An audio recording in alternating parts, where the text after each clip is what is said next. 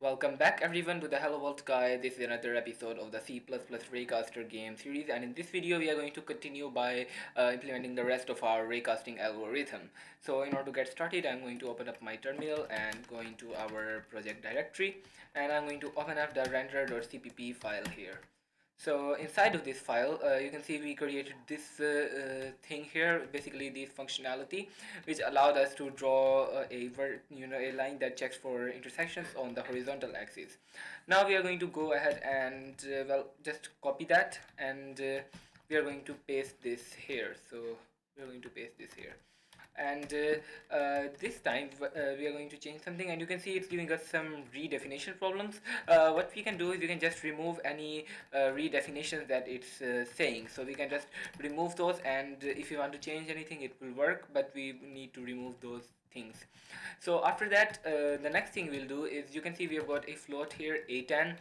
We are going to change that to actually have a float called tan, which will actually be the actual tan value. So we'll have tan of angle, and we'll call this yeah, let's just, well, we can call it tan, but I think it will cause a problem because it is a redefinition of a library function. So we can just call it let's call it let's call it v-tan, for like the tan for the vertical collision, and we can call this h-tan instead. So let's go down here, and where we were previously using this a-tan thing, we can change this to use h-tan, and like that here.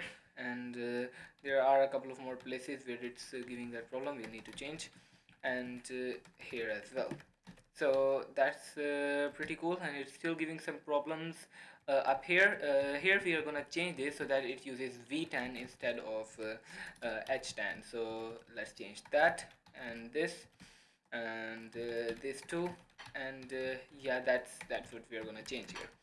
So with that we have got this. Now the thing we need to change here is that we need to do, we are doing vertical like checks here.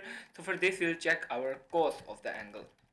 So we'll check if our cos of the angle is greater than or less than, like that. And the actual functionality for doing this will also quite different. So I'll just go here in like ray position.x. We are gonna set x here and y this, and where we were basically doing y before, we are going to use the x value of the vector.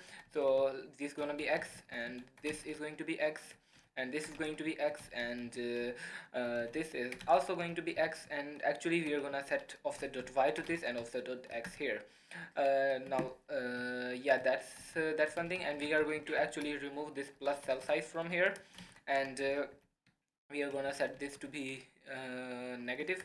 And let's go ahead and copy that. So I'm going to copy this, I'm going to go here, and we can just paste that. And of course we need to make a couple of changes inside of like if we are so this means we are looking we are basically now doing it based on whether we are looking left or right, and not whether we are looking up or down. So in here of course we need to make some changes to our code.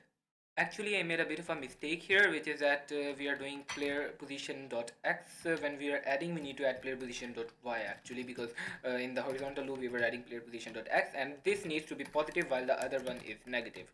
And we are going to in here, if I go down like for this, you can see we were adding on this one. However, this time we'll actually add the cell size to this one, but this will be negative. So this means that we are looking left, and this means we are looking right. And if we are looking at neither of those directions, then we are going to just exit the loop. Currently we are just returning because we are only going to draw the vertical actual line right now, and later on we'll maybe draw the horizontal line as well, and then we'll combine these and draw the shorter one. But for now let's just draw the vertical one to see whether that functionality is working correctly. So with this we are doing a loop here, and in here we are going it in pretty much the same way like we were doing before, and we are checking everything, and yeah, that's the way we are supposed to do this. So I'm gonna go here, and I'm going to basically go ahead and get this, and let's go ahead up here and paste this code here. So we're going to paste this, and in the end we are going to just return. So we'll just not execute the horizontal code right now. So let's go ahead and run make, it gives some errors because of redefinition. So we can just change this to an assignment instead of a redefinition. Where we're going to keep this, then maybe we can try by drawing both of those. Let's see, it's giving some error. Let's just remove this at all. So yeah, let's just completely remove that. And now let's run make, and in here you can see that well, there appears to be some kind of problem in our calculation, because it is not really working correctly. So we need to fix that problem here. Alright, so there were a couple of issues here that I've resolved. The first one is that this v10 actually needs to be negative of the tangent, because like we were taking negative inverse here, we need to take the actual negative tangent.